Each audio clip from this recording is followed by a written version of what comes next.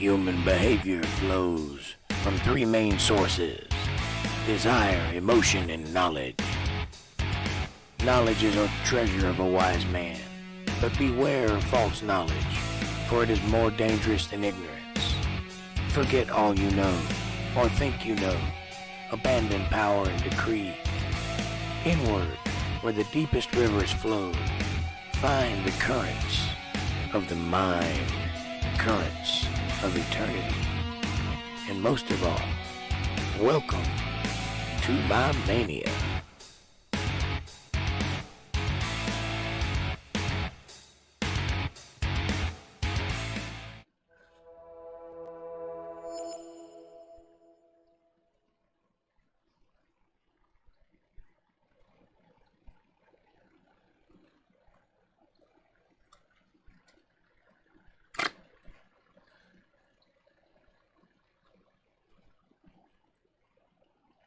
Oh, hello. How are you? Jake Johnson here. This is Untethered. Welcome to the show. As you can see, I have no voice, so there's not going to be a whole lot of jibber jabbering and playing music tonight. However, hey Darlene, how are you? I'm deep within the thralls of the sickness. I'm down with the sickness. Yeah.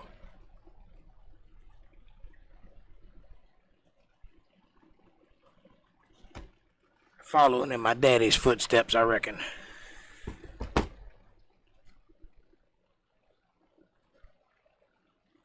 How are you doing this fine evening?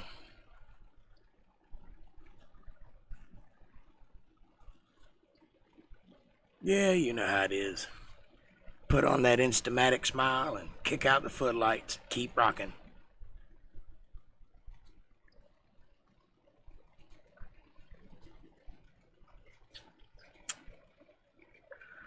Glad to hear it.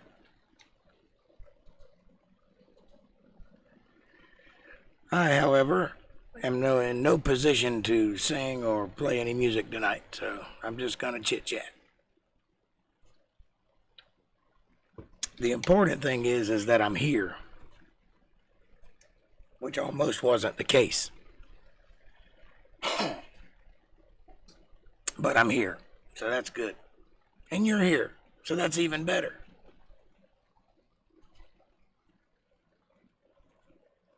So what would you like to talk about?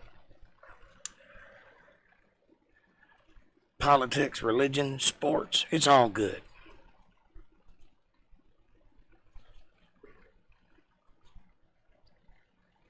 A friend of mine passed away, and I've been over there consoling his wife.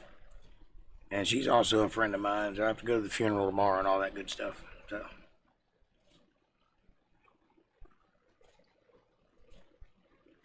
the wife is a bass player in my band. Her name is Diane. And her husband of 26 years passed away, so I've been over there hanging out with her today.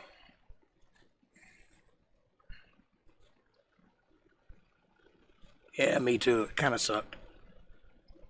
But they got plenty of support, you know, lots of family around, and that's a good thing. Yeah, he had cancer.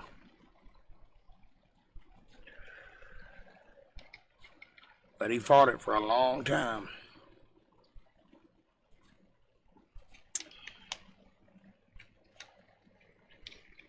Long time, like Dano. It's like 7, 8 years past what they said he could do. Yes, it is.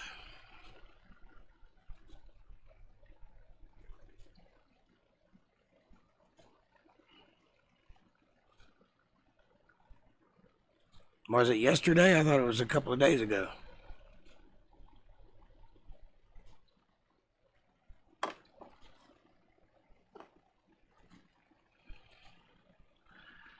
Either way, he fought it for a long time.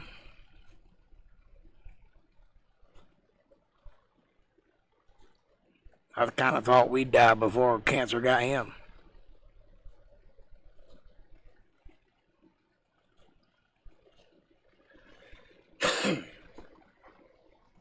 Maybe I heard about it yesterday. I don't know.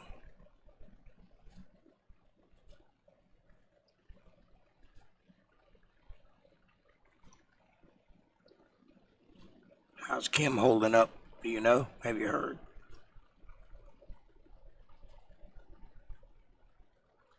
I don't ever hear from any of those people, so I have no idea.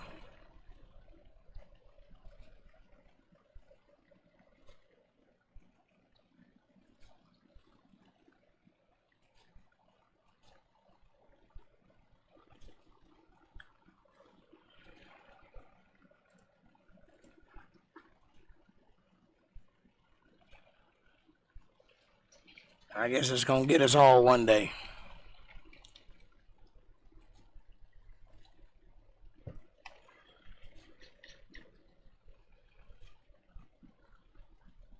Well, that's good. Yeah, I know the feeling. Most of my family don't talk to me either. I'm the black sheep of the family. Both sides.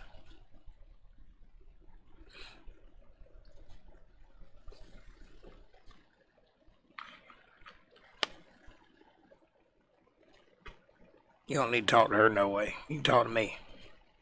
I'm way smarter.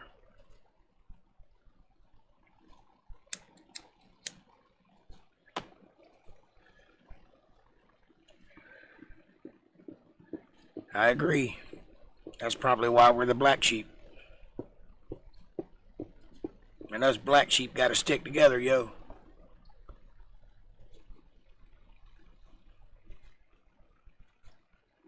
Well, I'm speaking for myself. I don't know if you're a black sheep or not, but I most definitely am.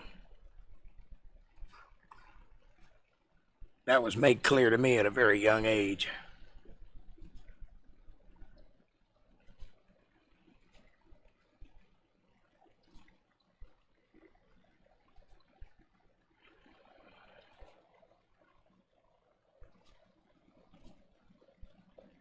And I've been walking the earth alone ever since. Roaming from town to town, solving crimes and fighting bad guys everywhere I get a chance. Using only my skill of kung fu. Oh wait, that might be a TV show I watched last week.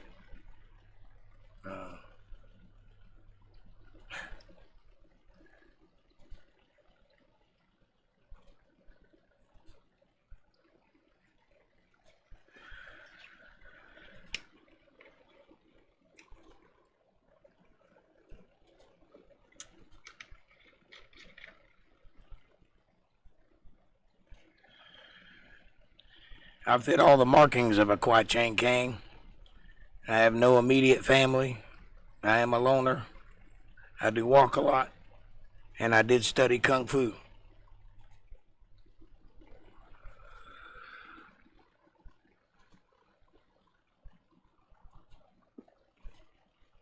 Kind of hard to do sitting down, though.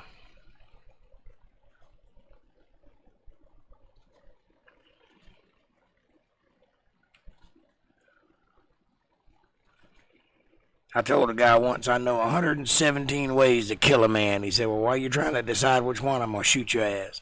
Well, learn by that, mate.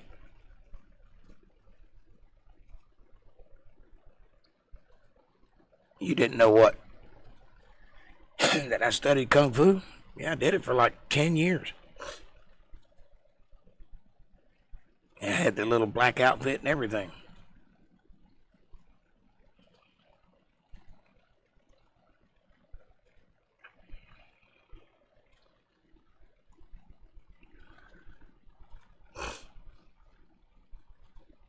Do you remember a 9-month period where I had to walk with a cane because I hurt my back really bad?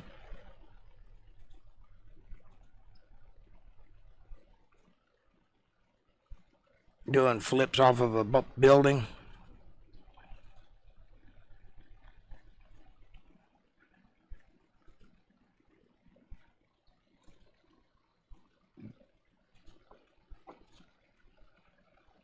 I had to go through physical therapy and all that. You remember that?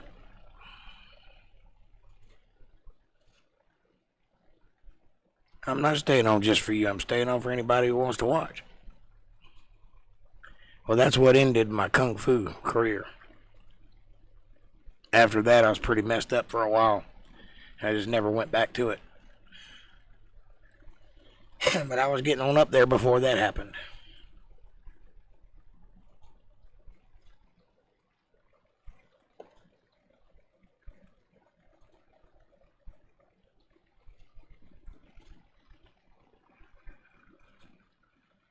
I'm trying to not have any gaps in the episode series. Monday, Wednesday, Friday, Monday, Wednesday, Friday. That way when people go back and watch my stuff, it'll be continuous. Because contrary to popular belief, this podcast will grow. This time next year, there'll probably be 200 or 300 people watching it. Or more, you never know. It only takes one video to hit, and then all the rest of them will be back-watched. So all I got to do, what's up, Kev? All I've got to do is make the right video on the right subject, and bam, it starts. And it happens fast after that. April, what's happening? Good to see you guys.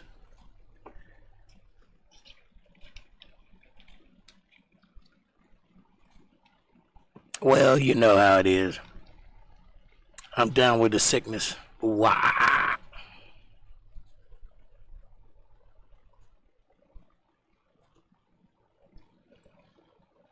Probably gonna die one day. Sooner than it was yesterday. But right now, I'm smoking and a joking. Stingray. Crikey. It's the most dangerous animal on the planet. I'm gonna poke it with a stick.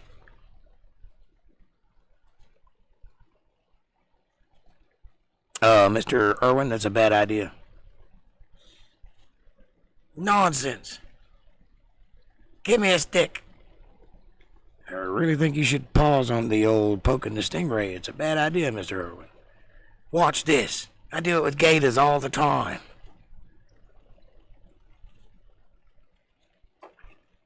Ugh.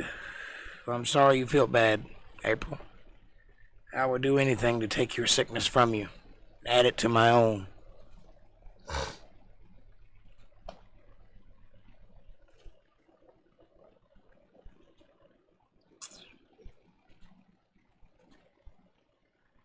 Under the boardwalk, down by the sea, under the boardwalk, you and me under the boardwalk, having fun under the boardwalk, in the summer sun under the boardwalk, boardwalk.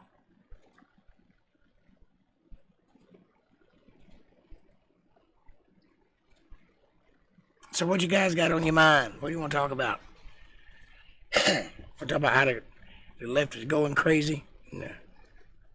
Politics is causing the world to end. Or you want to talk about who's winning the Super Bowl? You want to talk about traveling in space? You want to talk about religion? Name it.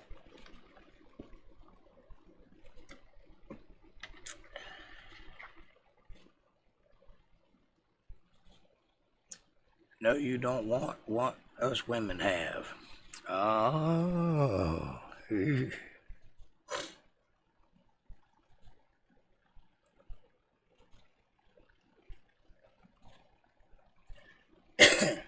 Well, can't really say anything about that.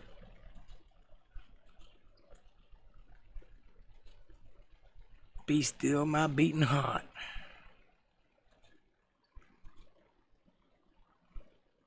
We don't want to talk about that, April.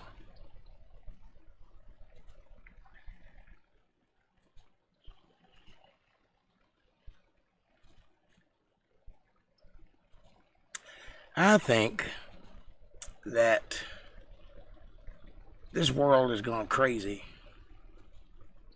Absolutely insane. And I miss the days when things were innocent. ish. I watched the new Bill and Ted movie today, and it took me back. Well, I slept in, trying to get better. Pizza sounds good. And I watched the Bill and Ted movie, like I was just saying, and I remember life back when phone booths were really a thing, and I miss it. I don't think we're ever going to have that kind of life again. Hey, Mr. Mercer, what's happening, buddy? Good to see you. I hadn't seen you in a while.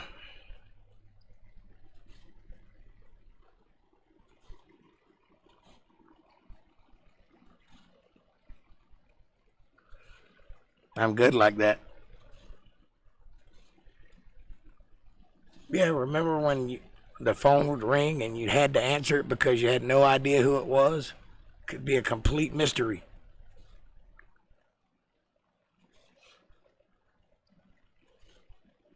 You didn't want to let that phone call go because it might be important. But you could only walk like 3 feet away from the phone because the cord would snag. We managed.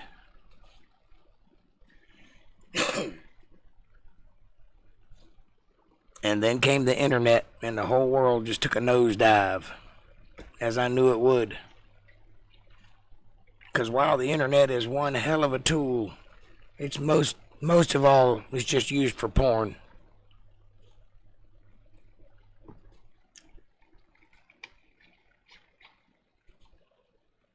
That's by far its biggest use.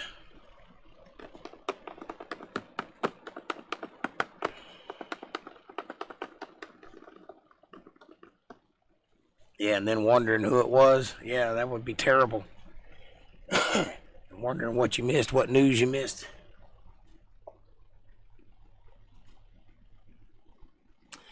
I was talking to my kids one day, and they were talking about their MP3 players and whatnot. And I said, you know, I remember a time when there was no such thing as a cassette. I remember a time when there was no such thing as a VCR or HD TV. I remember when if you wanted to use a VCR on a TV, you had to screw it into the back of the TV on those 2 little posts to make it work. Because there was no such thing as a USB. I remember when 8 tracks was a regular feature in new cars.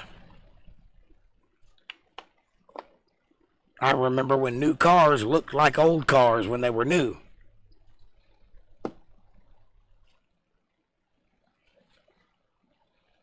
So what I'm trying to say is, I'm old. Very old. Seen a lot happen in this world, a lot change. And they say the world is millions of years old. Well, if it's millions of years old, how come we're just getting around to getting everything done in the last 100 years? So for 4 million years, we just were happy living in caves and starting fires. Nobody had an idea. Nobody got any kind of technology going. Nobody decided to dig a hole or drill a hole or put 2 pieces of wood together or nothing. And then all of a sudden, in the last 100 years, everything's happened. Yet there's things in ancient worlds that we can't do to this day that were done by people thousands of years ago. I may be your age physically, but I've done a lot more living.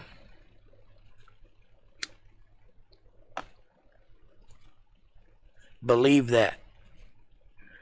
And by the way, I'm older than you by about 2 months. Actually, I think it's the other way around, but who's counting?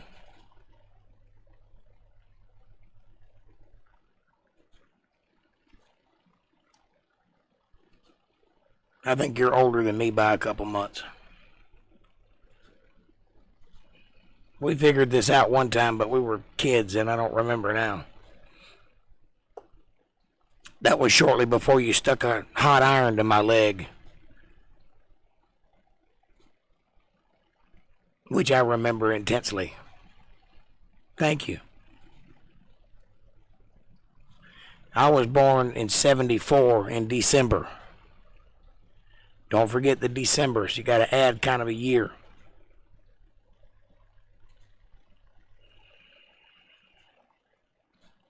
Yeah, I'm glad you feel that way.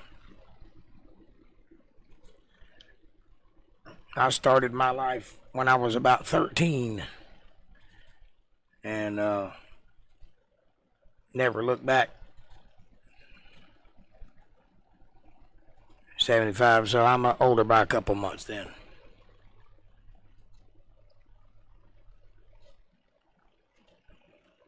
Nope, if you were born in 75 and I was born in 74, that makes me older by 8 months.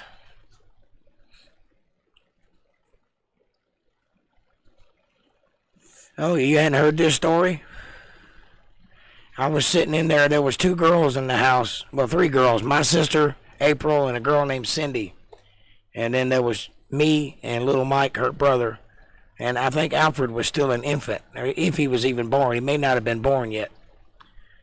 And I was sitting in her bedroom, and they were curling each other's hair, you know, with this curling iron, this hot curling iron. And April had it, and she was doing one of the other girls' hair. And I was sitting on the edge of the bed, and they were sitting in the middle of the bed doing their hair. And we were all just kind of talking. Apparently, I was annoying them. I didn't realize that at the time, but I guess a bunch of girls don't want a boy hanging around. And April says, "Hey, I wonder if this will hurt." And she took that hot iron and stuck it right on my bare leg. And held it there long enough. Excuse me. Held it there long enough for a big old blister to form and burn me real good. Yeah, was he born already? I knew he was little if he was born. That's when he walked around going, "Hurt me, hurt me, hurt me." I'm just saying.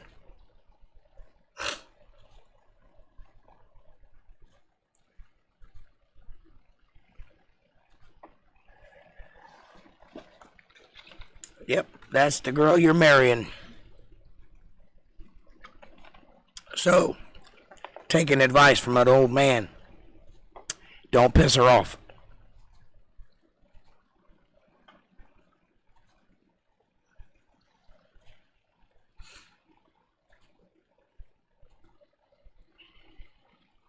I know. That's okay. I could take it. I'm tough. I've always thought of it as a good story to tell. It's never been something that triggered me or anything. I get a little nervous when people start curling their hair, but other than that.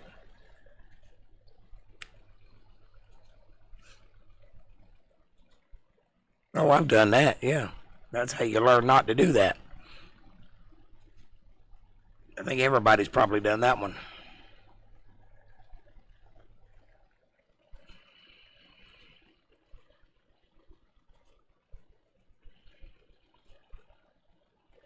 Yep.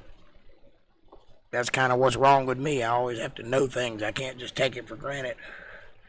I have to experience it. That's, for some things, that's a good thing, but for some things, that's a really bad thing.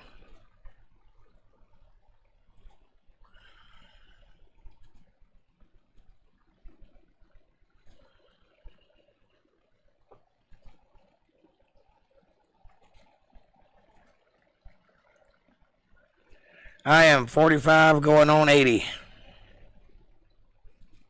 Don't be sorry, honey. We were kids.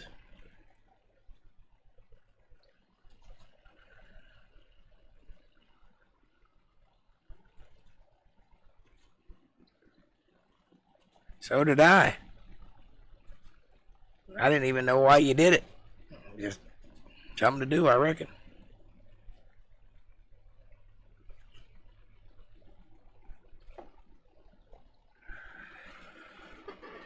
I'm not scarred or anything. After my tick went away, everything was fine.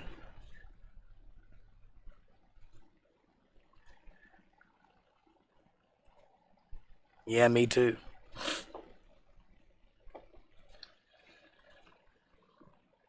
I got a lot of memories from that little spot in time.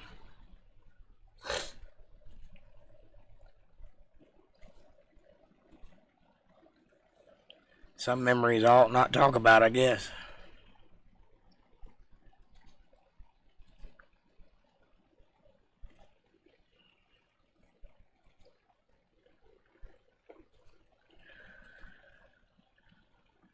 Sometimes it's not a good thing that you can remember everything. You remember things that other people forget.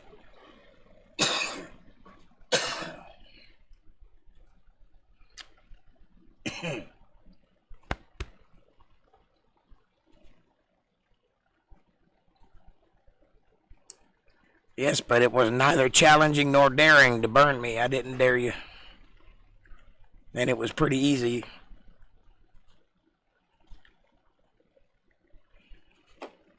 I'm just teasing you, by the way. It really didn't bother me. It was just a thing. I remember it fondly, actually. As a thing I can talk about my cuz. Yes, I remember killing that armadillo. Blood everywhere. And that armadillo haunted me for years after that. I could smell it all the time. It took probably 10 years for me to quit smelling that thing.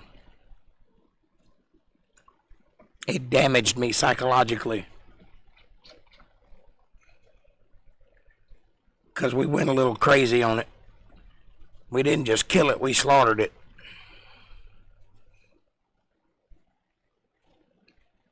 But yep, it haunted me. I paid for it, believe me.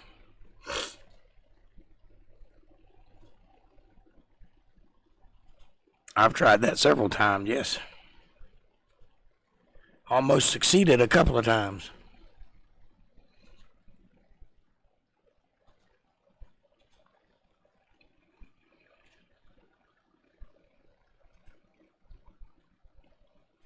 There wasn't no you killed it. No, I did kill it. Me and about 3 other boys. I don't remember who all was there, but we did kill it. With a machete and a set of speakers and glass and anything else we could find.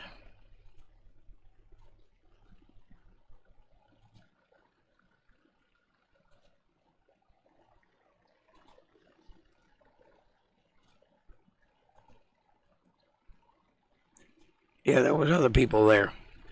There wasn't no we, I got it now. Yeah, there were other people there. There were 2 other guys there. 2 or 3. I don't remember exactly, but it was the people I was hanging out with at the time.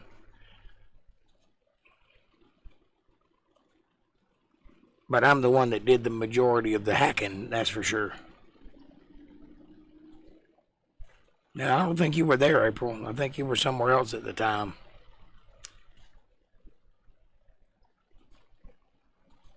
No, it wasn't you. It was me. And it was an armadillo in the house, and he should have been killed. We just shouldn't have went overboard with it, and we did. Took joy out of killing it, and that's not something you're ever supposed to do. That's why it haunted me for so long, because I enjoyed it.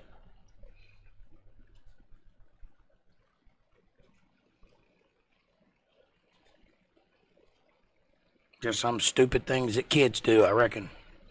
But it taught me a valuable lesson, and now every time I kill something, I'm respectful and I'm appreciative.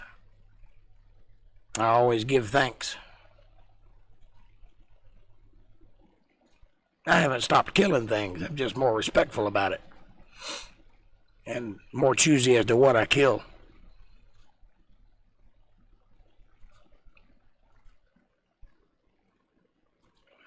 I mean, you gotta eat. And I know how to shoot a gun, so.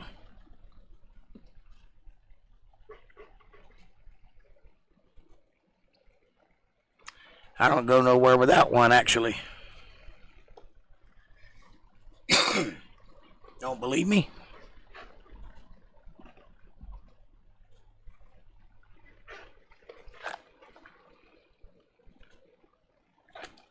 Never leave home without it.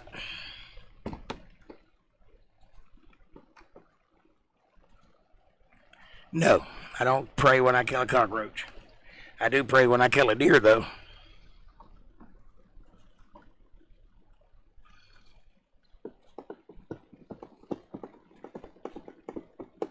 I always give thanks because that meat was intended to be eaten. That's the purpose of a deer. If you don't believe me, try to find the motivation for a deer to exist. The only one you'll come up with, if you're being honest, is to be hunted and eaten. Animal rights activists like to say all kinds of shit, but think about where deer live. They live in close proximity to people. They don't live out in the wild. They live close to people. They travel patterns of places where hunters congregate, and they never stray far from that path. They will try to go around it, but only so far around it. They're just making it a challenge. And all they do is eat grass and soybeans, and they will eat a bird too. They'll eat meat. I've seen a deer eat a bird before. But they literally fatten up. And then when it's mating season, when it's the best time to kill a deer, the male deer makes a bunch of racket, so you can track him really easily. And he leaves scratches all over trees, and he leaves scat everywhere, so it's really easy to find. They are made, I mean, when a deer sees a person, they stand up and freeze and look at you like, well, are you going to take the shot? You're not? Okay, well, I guess I'll go then. But they always freeze, give you a second to get a aim on them.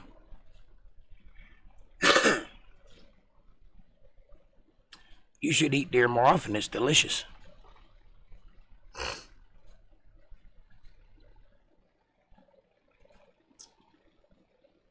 I was killing you softly with this song. Killing you softly with his song. Da da da da da da da. Da da da da da da da.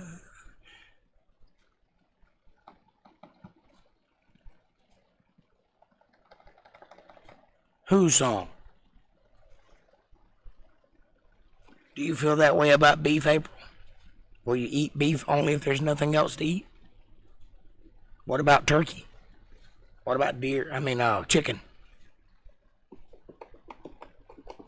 You know those were animals at once, and they were killed in a very inhumane way. A deer, on the other hand, the most humane thing that can ever happen to a deer is me shooting it in the back of the head, because it's quick and painless, and up until that point he lives a relatively good life, as opposed to starving to death or freezing to death or getting mauled by wolves or coyotes or all of the terrible things that happen to animals in the wild. So becoming my dinner is actually more humane. Plus, when I kill a deer, the other deer in the area become more fertile and have more babies because they sense that death. Which means I propagate the population by hunting a deer. By killing what I need to survive, I make their population more fertile. And so it's actually a good thing.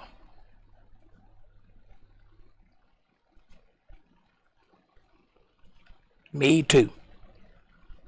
Love me some chicken. That's my favorite dish. Chicken, black-eyed peas, sliced tomatoes, mashed potatoes and gravy, and green beans or purple whole peas, and cornbread. My favorite meal.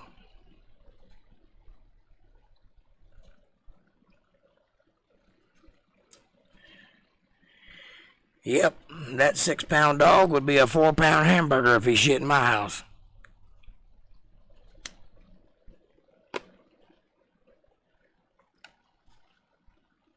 That's why I don't have animals in my house. I don't like it.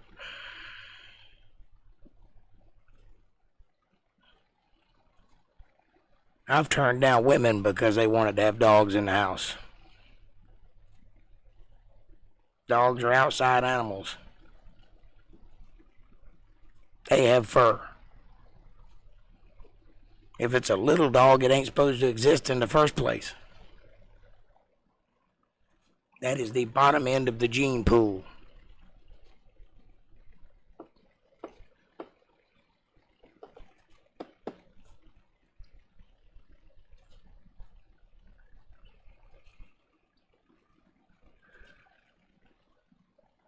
It is awesome.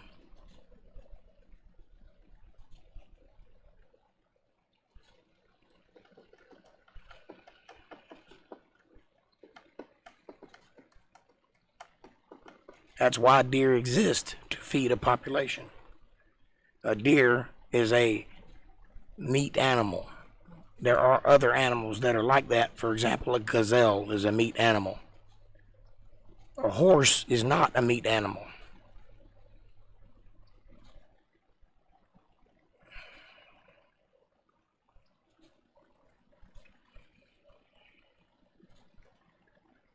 You're not supposed to eat horses. What? What? You said what I just said sounded awesome. I said it is awesome. I said, and deer are created to be eaten. And there are other animals that are created to be eaten, but there are animals that are created to not be eaten. You're not supposed to eat pig. Pig's a scavenger.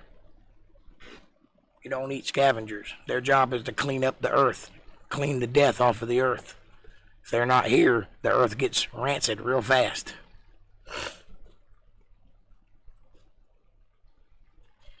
Things like pigs and buzzards and catfish, any bottom feeders, you're not supposed to eat that stuff. You're not supposed to eat shellfish. Shellfish are all filters. That's what their job is, to filter the water. Whatever they consume comes out purified.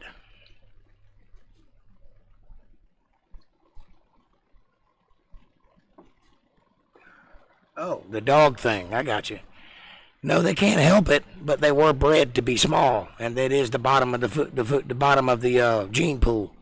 In other words, you can't get much more speciation out of a dog once it's that small. There ain't much you can do. You can breed all of the dogs out of the canine species. You can backbreed them and get back to the canine species. But once you reach the end of that limit of kind, you can no longer make changes. You can no longer select for traits and characteristics, because anything after that will just die. And if you think that a little dog is supposed to exist, let it go in the wild and see what happens.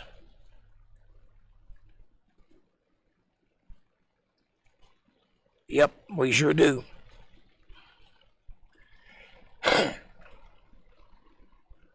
I'm not saying you can't eat it. I'm saying you're not supposed to eat it.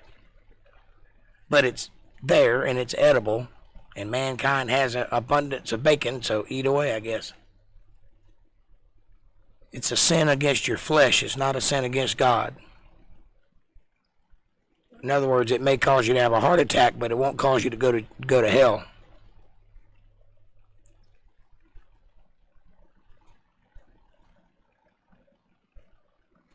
It's no worse than smoking cigarettes or doing drugs or drinking alcohol.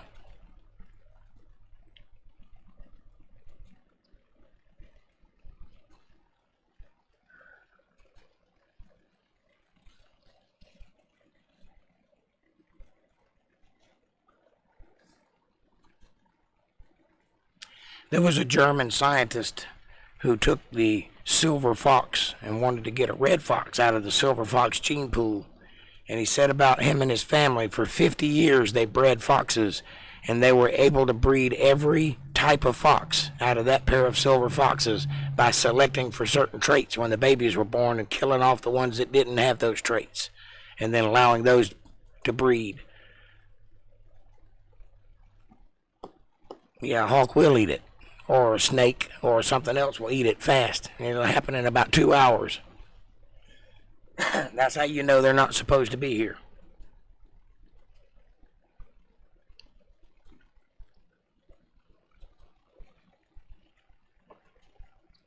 When God designed the things that live on this earth, He designed them with a great ability to adapt and propagate and become different things. That's not the same thing as evolution. Don't misunderstand me. I'm not saying we evolved from monkeys. I'm saying that people have the ability to adapt certain traits. It's called natural selection, and that does occur. And you can see it occur. For example, the Inuit people up in the northern parts of the world, They live in freezing temperatures. They can walk outside with a t-shirt on and not freeze to death. They can walk around in the snow barefooted and it not bother them. If I went up there, I'd have frostbite inside of an hour and be dead within a day. It's because they have skin and their body temperatures are different than mine are. By the same contrast, they couldn't go down to Florida and survive very well. They'd probably have a heat stroke very easily. But they've adapted to their environment. There's rabbits in the north can mate with rabbits in the middle of the country, but they cannot mate with rabbits from the south. Rabbits from the south can mate with rabbits in the middle of the country, but they cannot mate with rabbits in the north.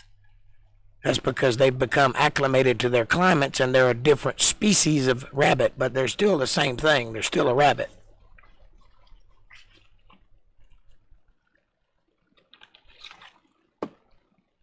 My guess is they started out as the same thing somewhere in the middle of the country, and some went up, some went down.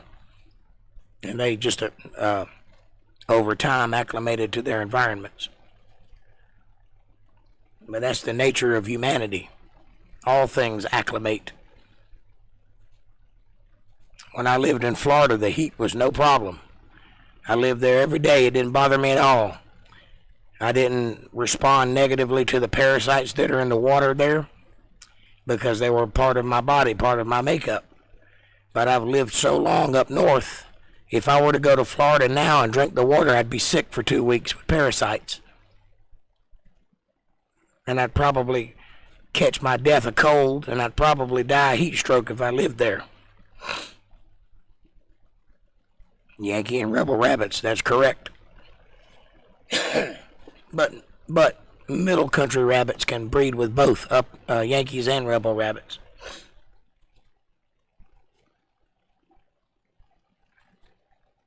Isn't that interesting? That's why anytime you travel, you should, if you have anything important to do, if you're going far, you should get there a week ahead of time because you'll probably get sick. Every time I go somewhere far away, I get sick.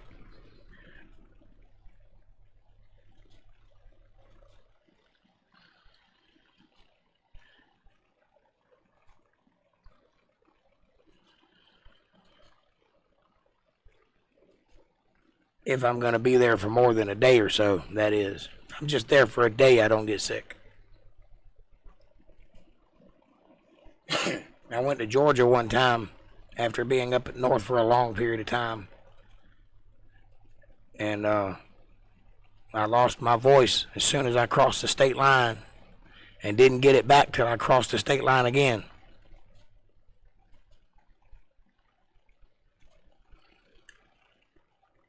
Which was particularly aggravating because I was there to be on live TV. So that didn't go well. But I got to meet the producers of America's Got Talent. That's something.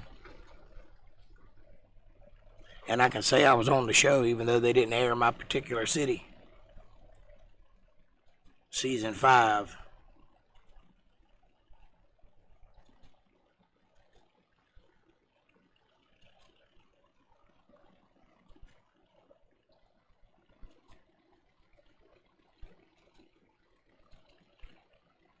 Why don't you pull on my finger?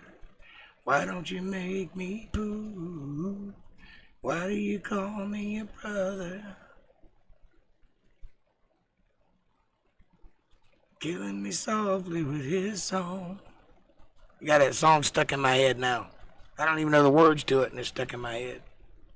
Thanks, pal.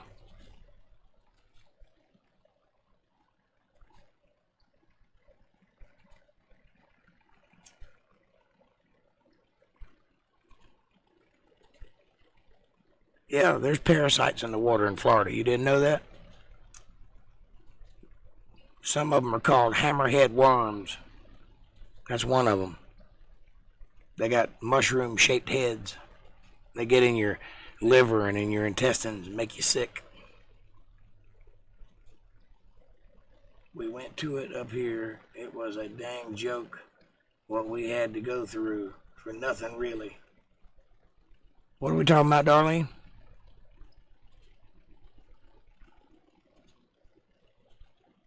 We went to it up here. It was a dang joke we had to go through for nothing really. I don't know what you're talking about. Be more specific. Oh, America's Got Talent. I got you. Yeah, it was a joke. It was kind of silly. I went to I drove all the way to Atlanta, Georgia to be on. And we filmed all day, screaming and hollering in the crowd, and then we went and did auditions at the end of the day. And they never even aired that city on season 5. Nobody from Atlanta got in.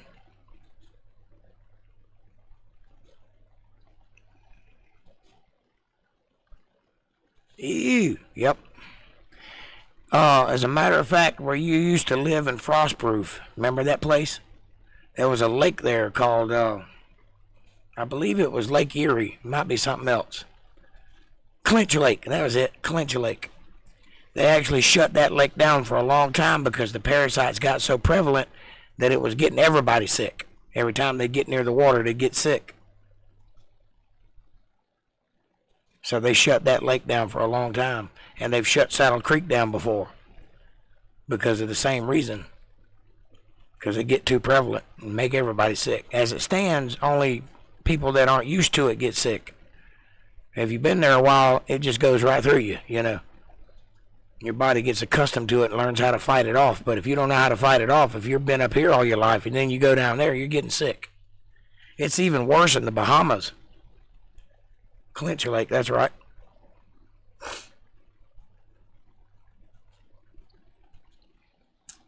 I'm surprised you don't remember that because we used to go to that beach all the time and swim. And then they shut the lake down.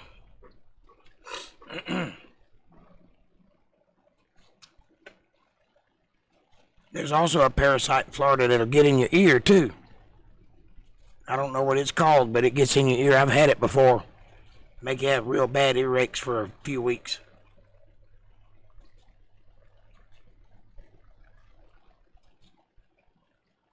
You have to take drops, put in your ear to get rid of them.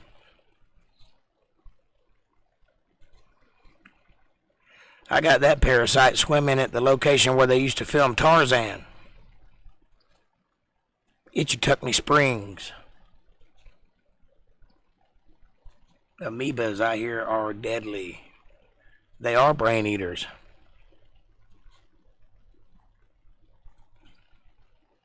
Speaking of parasites, did you know that there is a disease that comes from rats? They make rats sexually attracted to cats. And when they attack the cat gets the disease and then passes it to people. And did you know that there's 80% of people in the world are infected by this disease? And the effect that it has on people is it makes them, makes their inhibitions drop, makes them more reckless, makes them take more chances because it affects their brain. But that's the only side effect of this disease. It just makes them a little crazier. There's a mold that grows in the northwest, up in Oregon and places like that, that'll make you fall in love with somebody if you get exposed to the mold. It'll make you cry milky tears, but if you get infected by it, you'll fall in love with whoever you look at. That's God's honest truth. Look it up. Matter of fact, I think the show House did a show about it.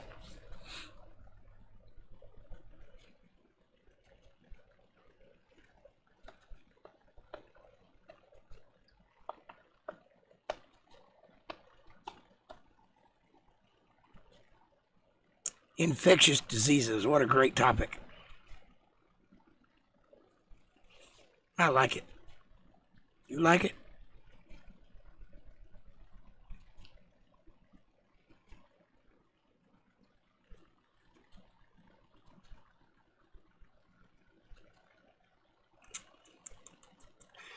Dead air can do some pretty amazing things.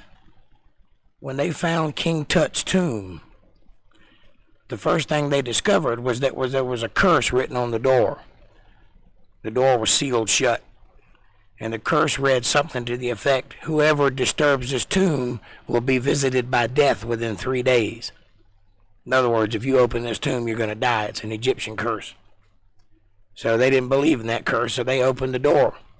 When they opened the door, they were met with a waft of air that had been in that tomb for thousands of years. It just blasted them, like let the air out. Within 3 days, every single person that was on that expedition that went into that room died. And they thought for sure that the curse of the mummy had got them. Well, it turns out one of them got malaria by a mosquito bite that day and died from malaria. And the rest of them died from an exposure to a toxin that was in a mold that had grown inside of that cave. But the cave did say, 3 days you're going to be dead if you open this door. And they all did die. Except for one. I think one of them survived.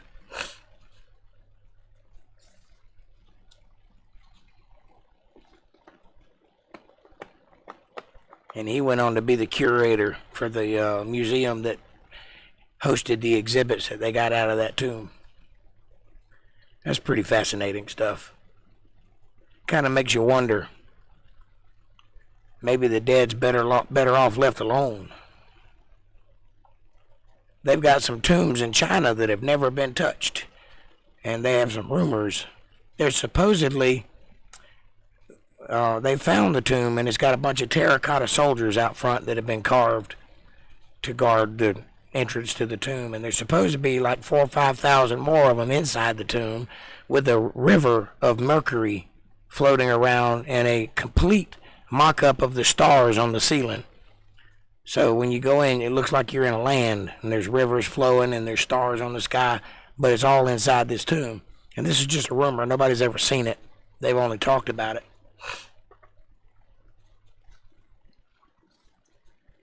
Carter survived? Who's Carter?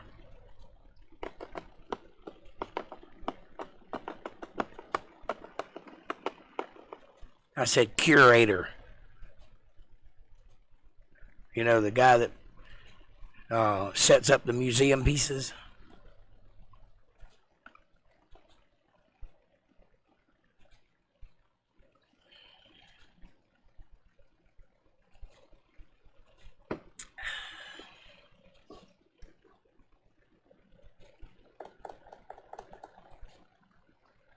If you're talking about Jimmy Carter, yeah, he survived. He wasn't there, but he survived. He's still alive, I think. I don't know, he may have died recently, but I haven't heard.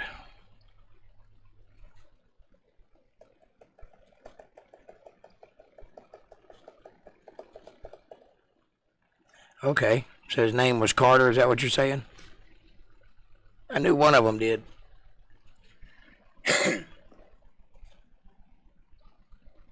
I'm just talking off the top of my head. I'm not looking any of this up, so check my facts. That's fine. You'll know that you'll notice I do that a lot, running and gunning, just right off the top of my head. Makes me 85% right most of the time.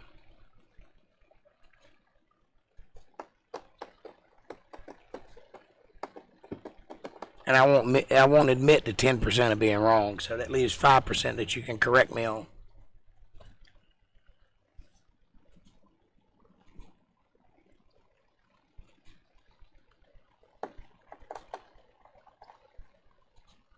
Okay. Didn't he end up being the curator of the museum that hosted the pieces? Seems like I remember that. Or maybe he's the one that died of malaria.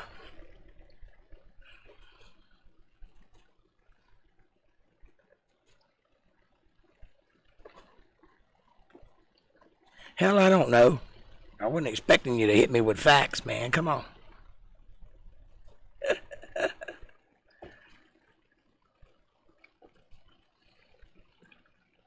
There once was a man from Nantucket.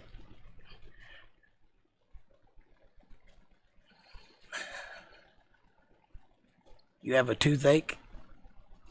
I'm sorry. How loose is it? Why don't you get Kevin to tie a string around it and jerk it out your head?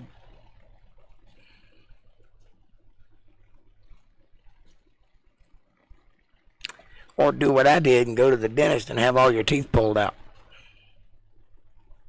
I don't regret it. Do y'all remember what hell I went through with my teeth? My mama pulled a ball-peen hammer out of my hand in mid-swing as I was attempting to bust my own teeth out of my head. She snatched it out of my hand after I'd already swung. I was ready to do it. I worked up the courage and I swung, and she went, and grabbed it. And then took me to the dentist because she knew I wasn't bullshitting no more.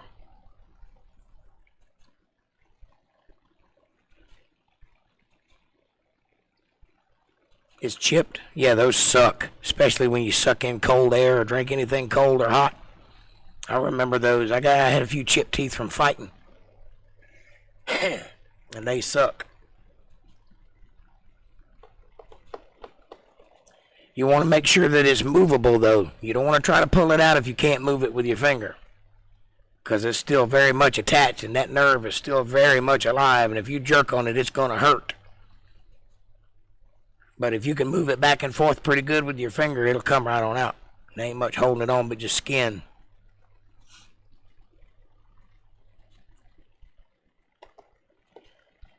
If it isn't very loose, what you need to do, and trust me on this, go get you some Goodie powders. Take the Goodie powder and pour it right on the tooth and just let it sit there in your mouth. Don't swallow it. Just let it sit right there on the tooth until it dissolves. And that will give you some relief for a little while.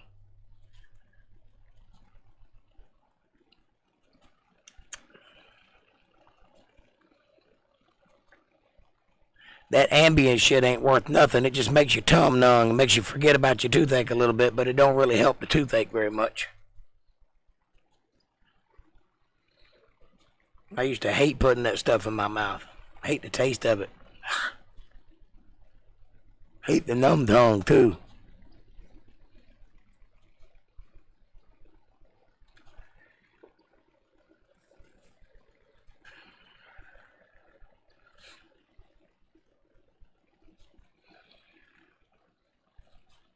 When I had my wisdom teeth pulled out, one of the nerves had grown inside of the wisdom tooth, right? And the tooth closed around the nerve.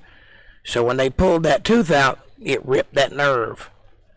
And when I woke up, the whole side of my chin right here was numb after the stuff wore off, you know, after the numbness on your face wears off.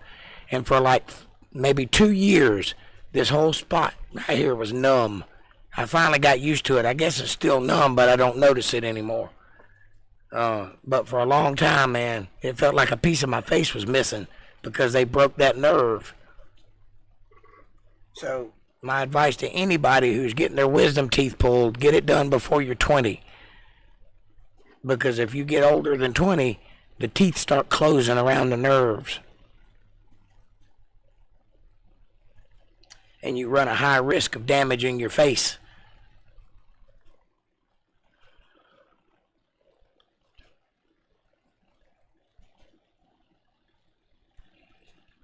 Mouthwash helps.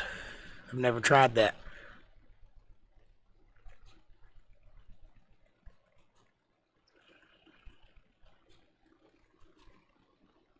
If that's the case, it may be because you got some sugar on it or something. There's something that you ate that's messing with the nerve.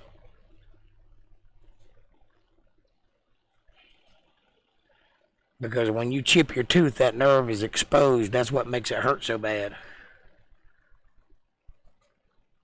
Yeah, with the numb face, that's a pain in the ass, ain't it? Especially if you shave. Try to shave and then you run over that numb spot. You don't know if you're going to cut your cheek off or not.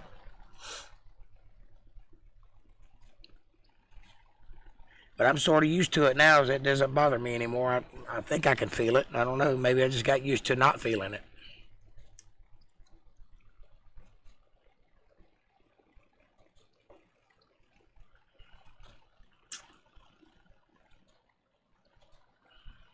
Yep.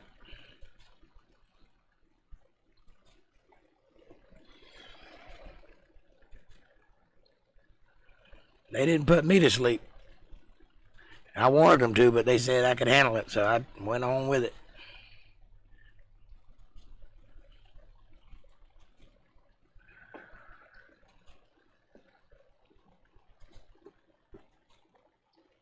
That's one of the most awful things you'll ever hear, though, is that saw cutting into your jaw.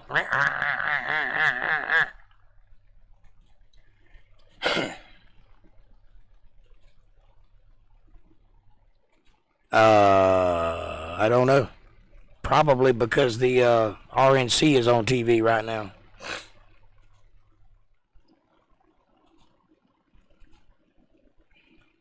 I don't know why. Maybe they canceled it because of COVID-19 and the new mandates that all the governors are putting out. They tried that shit here. Mandate everybody wear a mask. And I told them to kiss my masky ass.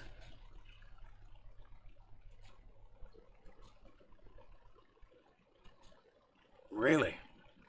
That's weird. Yeah, that's the RNC I was talking about.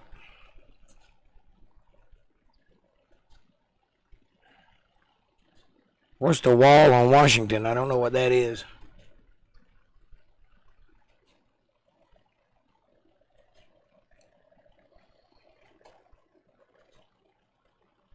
Are they rioting in Washington or something? Yeah. Well, unfortunately, I've had a few times in my life where I had to be cut on. I didn't like it one bit. I was put to sleep for some of it, though. When they did my lung, I was wide awake for that. Watched them break my ribs and everything to get in there.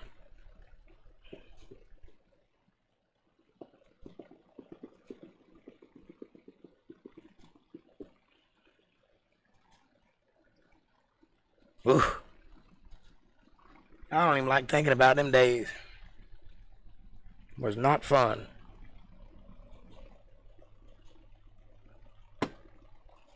La la la la la.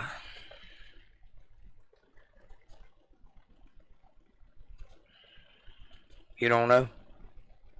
Well, you better ask somebody.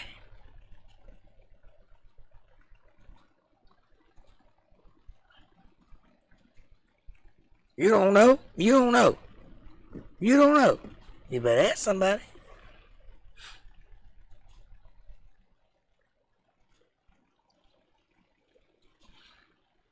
You remember coming to see me in the hospital? I remember. I woke up, and I saw you standing there, and you were talking to me. I looked away and looked back, and you were gone. A few minutes later, a nurse walked in. I said, "Hey, where's that woman I was just talking to?" She said, "That was your cousin." I said, "Oh, yeah? Who?" She said, "That was your cousin April. She just left. She was here. She's been gone for 2 hours." I said, "Well, I was just talking to her just a minute ago." So needless to say, I was on some good shit. Then I proceeded to tell the nurse that she looked like an angel. I remember that. She did. She was a little pixie-looking girl. Cute as could be.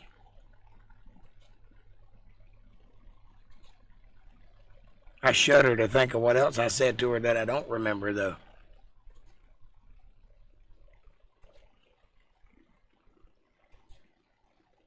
Because apparently, a lot of that moment I don't remember.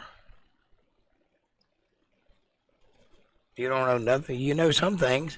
You know chocolate milk don't come from a brown cow. And a bird's life ain't all it's cracked up to be.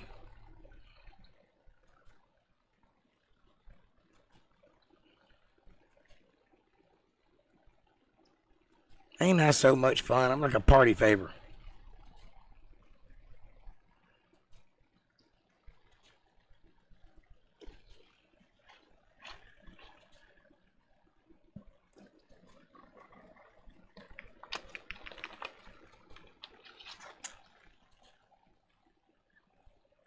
Yep. Yeah, I was.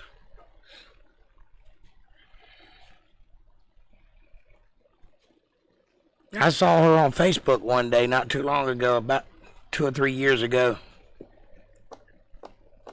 And I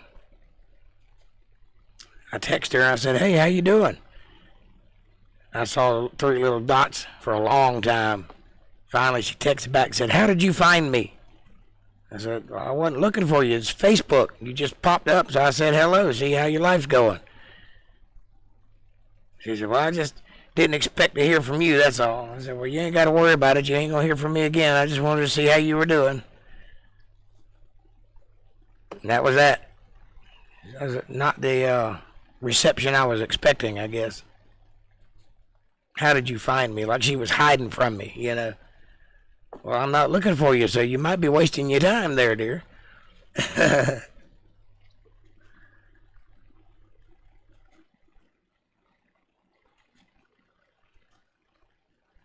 I was like, "You've used Facebook before, right? I mean, you're there, I'm here. It was inevitable. Eventually, they were going to pair our 2 names together. I did live in Lakeland, so." And they collect that kind of data and put it all together.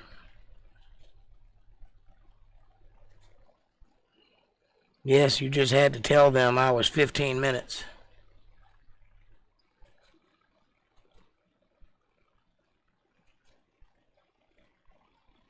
Tell who?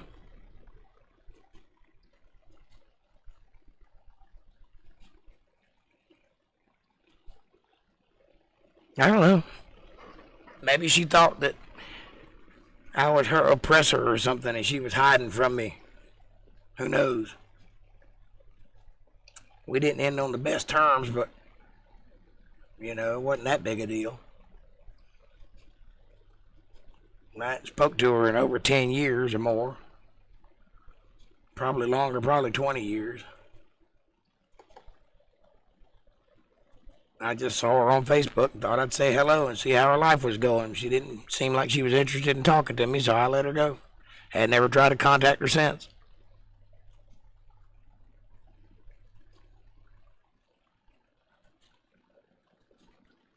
Well, because she was unfaithful, and I caught her. And then we got in a big old fight, and I took her back to her mother's house. And that was the last I saw her.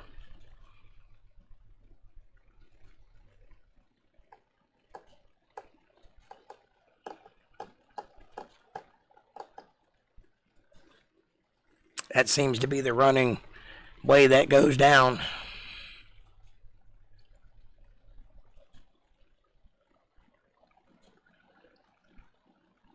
Certainly wasn't any secret. I just didn't. I guess I thought everybody knew.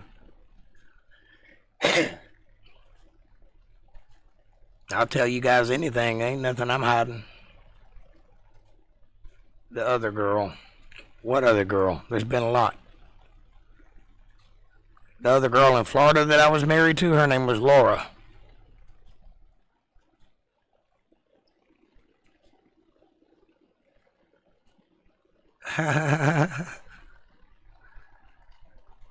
Yeah. You were 16.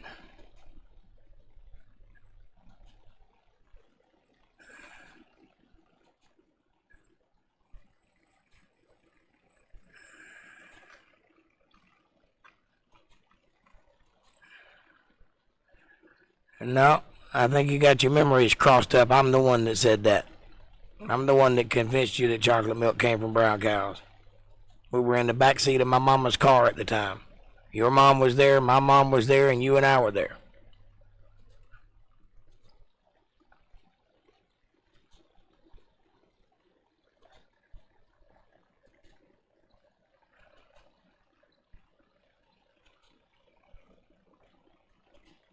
I think we were in that teal green Thunderbird that she had.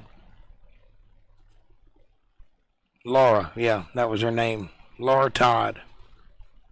Hadn't spoken to her in ages either, but I did speak to her on Facebook later, and we were talking back and forth for a while, her and her twin sister. And so they were much nicer. You know, we carried on conversations there for a little while. But Mandy felt like she was trying to hide from me or something, so I didn't want to bother her no more. A cougar, that's right. You're absolutely right. It was not a thunderbird, it was a cougar.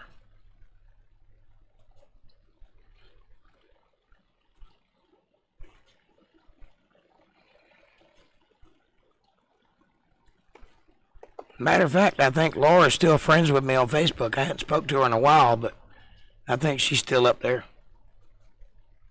And her twin sister Moira. And her mother-in-law Jennifer.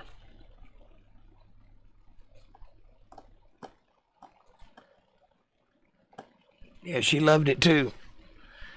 I don't know why. It was a hideous looking car, but she loved it.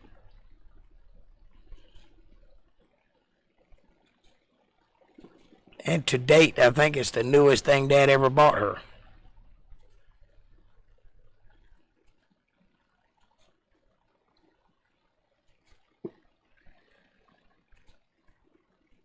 Yeah, he may have. I never called you Elsie.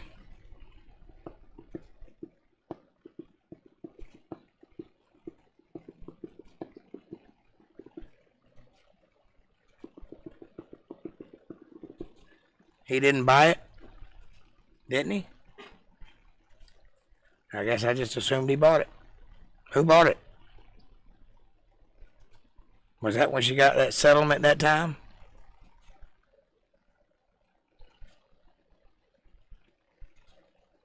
Yes, she did.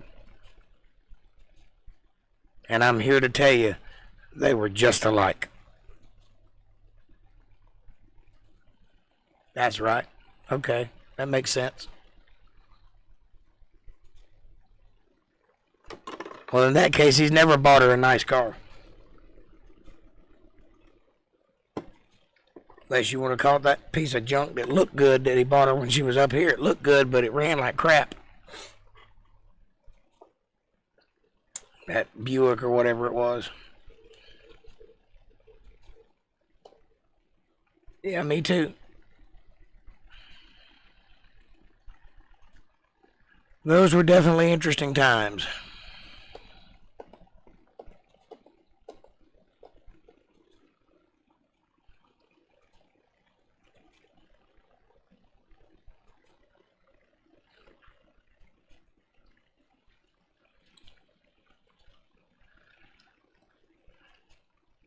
If we could go back to those days, I think I'd be a happy man. But shortly after that things kind of started going downhill for me.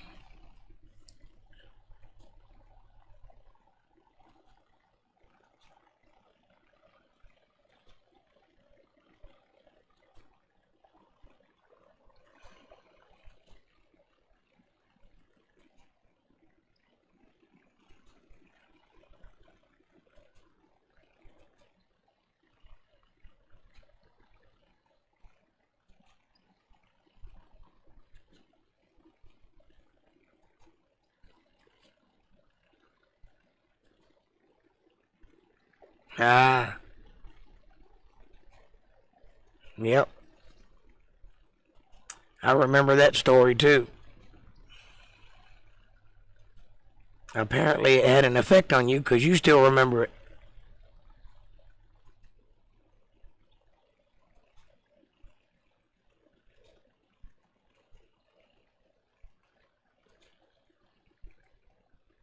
Kathleen Cemetery, I got you.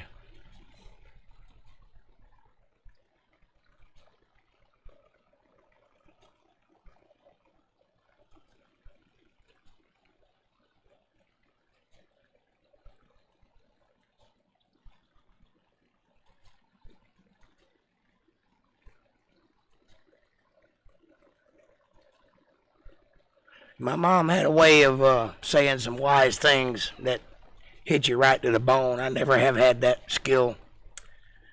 I'd love to be able to do that.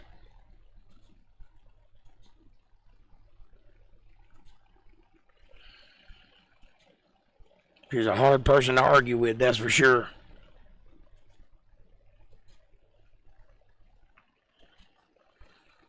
And I loved arguing with her too.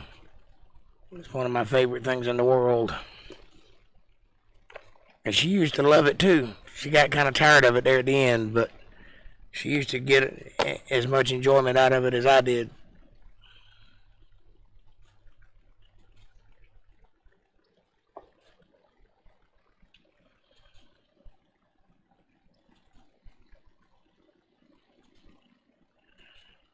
I won all the time.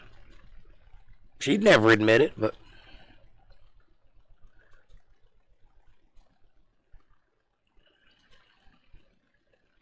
she won a lot too, though.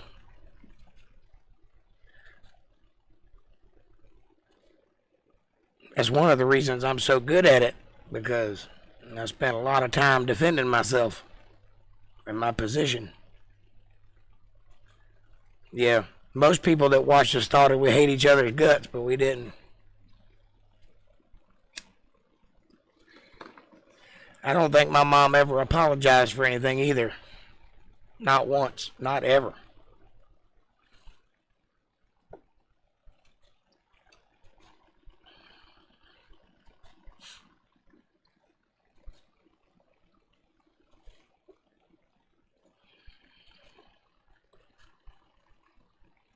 I don't know whether that's because she didn't feel like she was at fault or because she just assumed I knew and didn't have to bother saying it.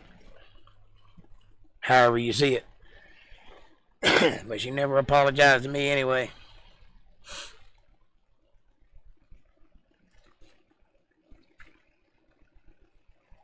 Say she did if she knew she was wrong. Yeah, but she never knew she was wrong. If you saw that, you saw something I never saw.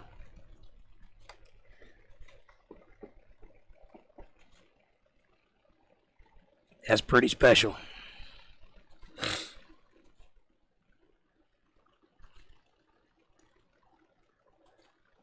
She was a good mom and a good friend, and remained my best friend until her last day.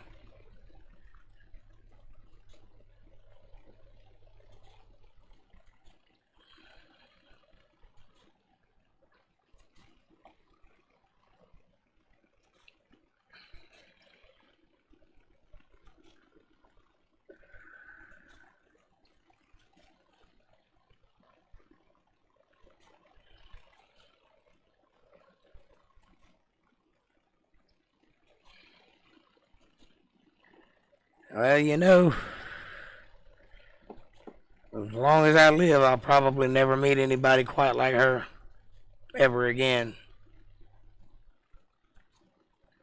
Now, you were there on time. You got to be there when she went. That's all that was important.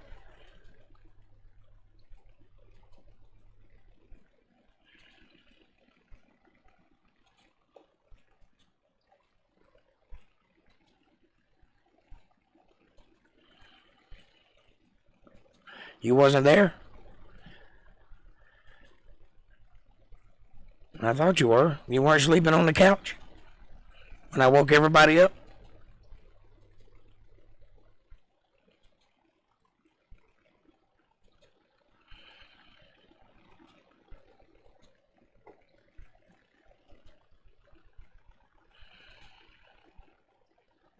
Okay. I'm sorry. I didn't realize. I was kind of focused, you know. I didn't really catch everything that was going on. Yeah, I know you were. I thought you were there. I'm sorry. Well, know that it was peaceful and she didn't suffer. And I was holding her hand when she stopped breathing. So I felt the life go out of her, and I felt it go peaceful.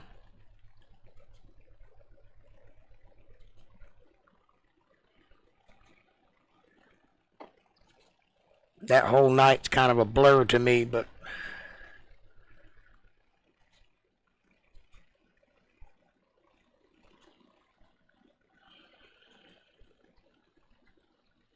that's correct. She was very genuine.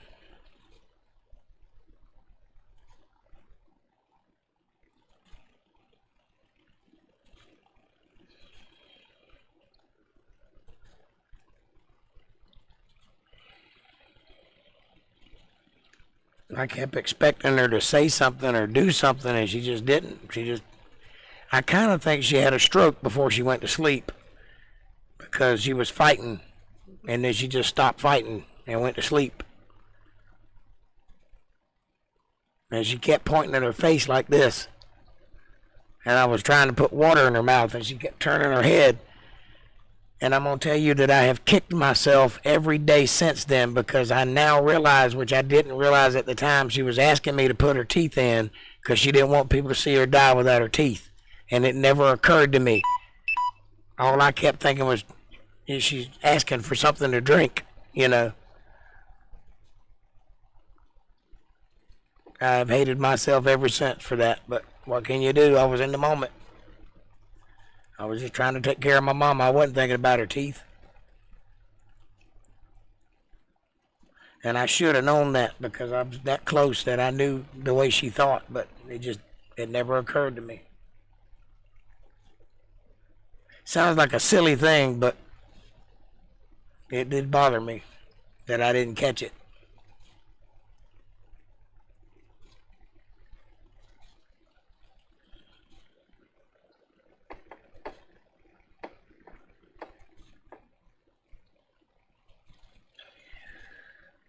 And then everybody kind of acted like they were mad at me because I was trying to get done the list that she had laid out for me to do, you know, dividing everything up and making sure everything went a certain way. I mean, she had it all planned out, and I was supposed to execute this list.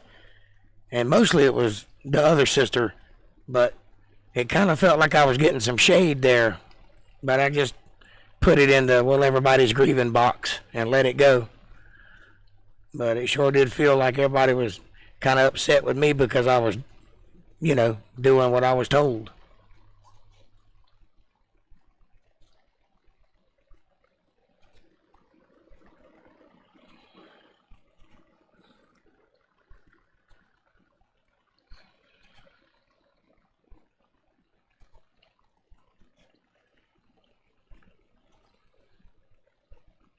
But I tried to make it as heartfelt and as well done as I could do under the circumstances.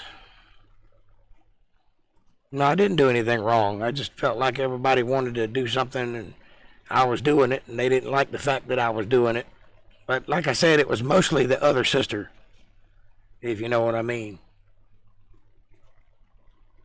I gave everybody what Mom told me to give them, and then some, because a few people asked for some things that she didn't authorize to be given, but I gave anyway.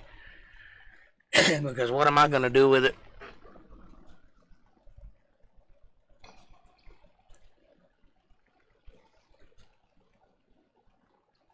Oh, one of the things was she got mad because of the way I woke him up. She said I was being an asshole because I said, wake up.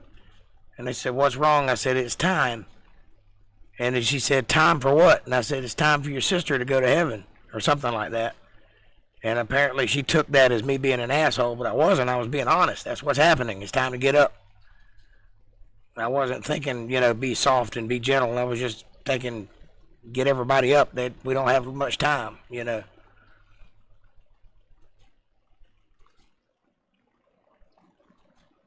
And I'm sure that they're grateful for it because they could have slept right through it.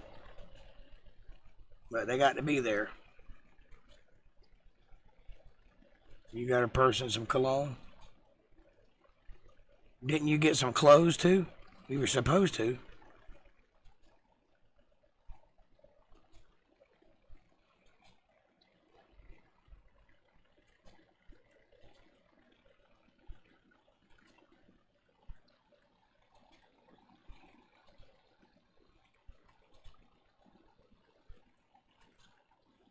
Yeah, I think it might have been a nightgown or an overcoat or something. One of those things that y'all wear, you know what I'm talking about? I guess that's a nightgown too. The thing with the strap, you know what I'm talking about. I don't know. Like I said, that whole thing was like a blur to me. I was just trying to go through the list and get it done. And trying not to break down in front of everybody. House coat, yeah, that's the word I was looking for.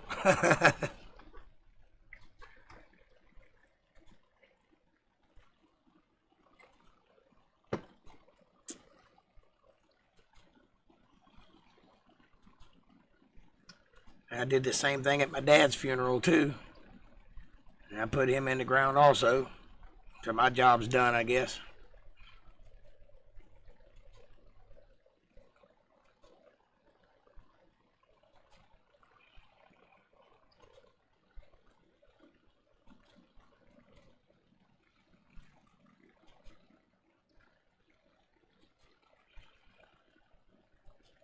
Got a fur coat that Mama bought me.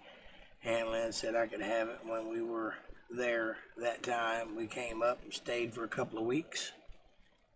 Did she ask you to speak at her funeral? Well, yeah, that's always been my job. I'm the guy in the family that does that, so, you know, that's supposed to be what I do. It was hard. But who else was I gonna let put my mama in the ground? You know what I mean? It had to be me.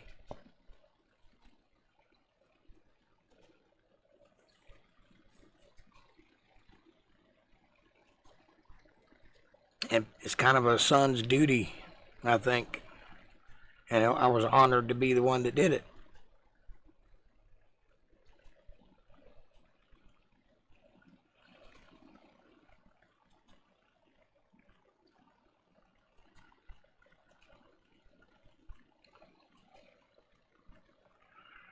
I think because I don't wear my emotions on the outside that sometimes people think that I don't have them. But yeah, it was very difficult for me. And all I could do to keep myself together. But I didn't want everybody else to see me break down. So I kept it inside and did what I had to do. Until that girl came up and told me I couldn't have a cigarette. I managed to keep my cool the whole time, but I kind of snapped at her, I think. I don't even know how she got there. She wasn't invited. She told me I shouldn't be smoking on this holy day or whatever she said. I let her have it. Listen here. I've been smoking since I was 13, and my mama bought me my first pack of cigarettes. Who the hell are you to talk to me about smoking? There's that little young black girl that was there at the house.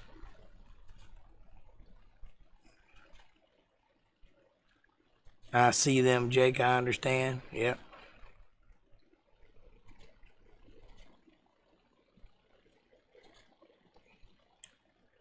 Yeah, when the little machines came up and was digging the hole to put the casket in, I walked over to the side while they were doing that, and I was smoking a cigarette. And that girl come up to me, one of Missy's friends, and she's kind of a kook, hung around Missy. And when she found out we were having a funeral, she invited herself over to the house. She wasn't there very long because I run her off, because she come up and told me I shouldn't be smoking at the funeral. At my house, in my yard, burying my mama, and she's going to tell me I can't have a cigarette? Who the hell you think you're talking to? But that's the only time I snapped. Everything else I managed to keep, under wraps. I tend to be a little assholey when I get upset.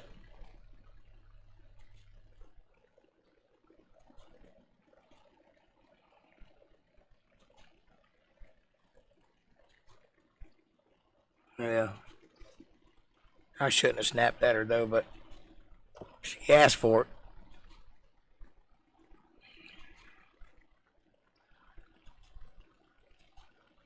I'm trying to be righteous. I just ain't very good at it.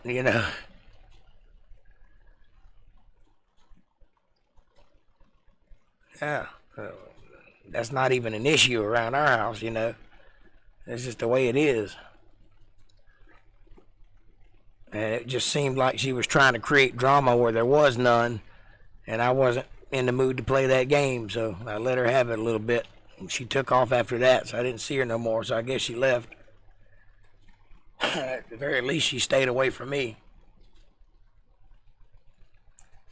Well,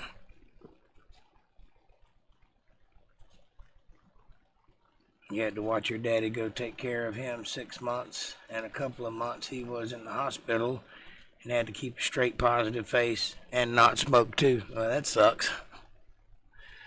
I'm sorry you had to go through that, but that's life, and I think we all have it to go through at one point or another. The important thing to know here, and the important thing to take away from this conversation is God knows what he's doing. And when someone leaves this earth, they go to him instantly. And therefore, we have no right to be so selfish as to let it destroy our lives when we know good and well where they are and that they're better off than we are. That's why I didn't cry so much. And that's why I tried to keep going forward rather than some people. You know some people, and I know you've seen it before, where they go crazy and throw themselves on the casket and scream and cause a scene and all that stuff. That's just not necessary. It's not necessary because they're not gone. They just went somewhere else. And we'll see them again when we get there.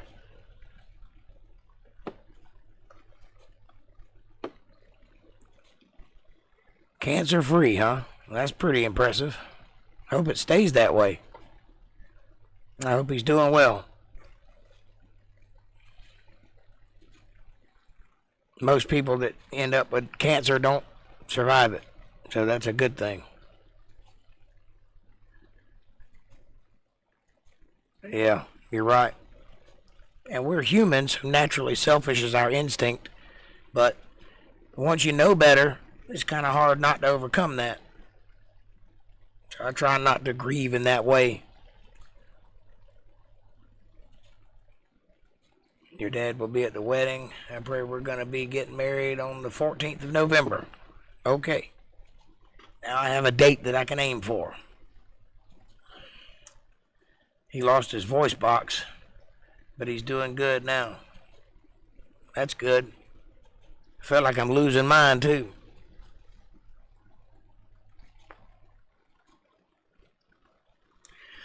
We shall see. You never know about a fella. Well, it's 10 o'clock and that was my hour, so I love you guys. Anybody else watching this video, press the like button, subscribe, and share. Hit the bell icon so you get a notification when I come on. I'll be here every Monday, Wednesday, and Friday, and Sunday for a Bible study at 8 o'clock on Sundays. Follow one of the links in the description below. Get yourself a t-shirt. Or if you want to support the musician or support the ministry, paypal.me/Jake Johnson Band. Every little bit helps. I love you guys, and I will see you Sunday. I enjoyed the conversation, by the way.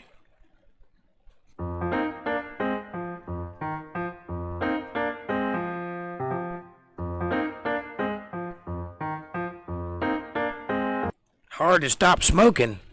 Is that what you just said? You listen to me and you listen good, young lady. My mama didn't raise no quitter.